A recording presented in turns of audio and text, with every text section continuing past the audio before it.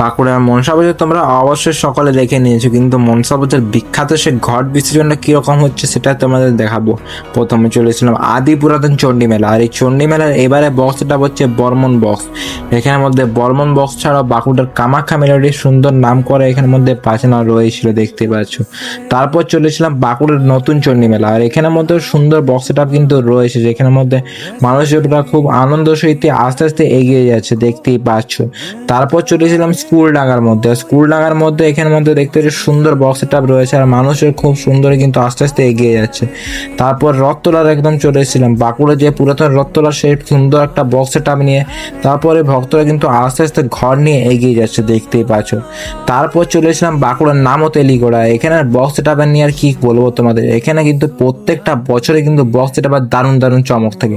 লাইটের সাথে box setup দারুণভাবে কিন্তু সেজে ওঠে, দেখতেই পাচ্ছ। তার সাথে তো ঘরটা আস্তে আস্তে নিয়ে যাচ্ছেন বিসর্জন করার উদ্দেশ্যে।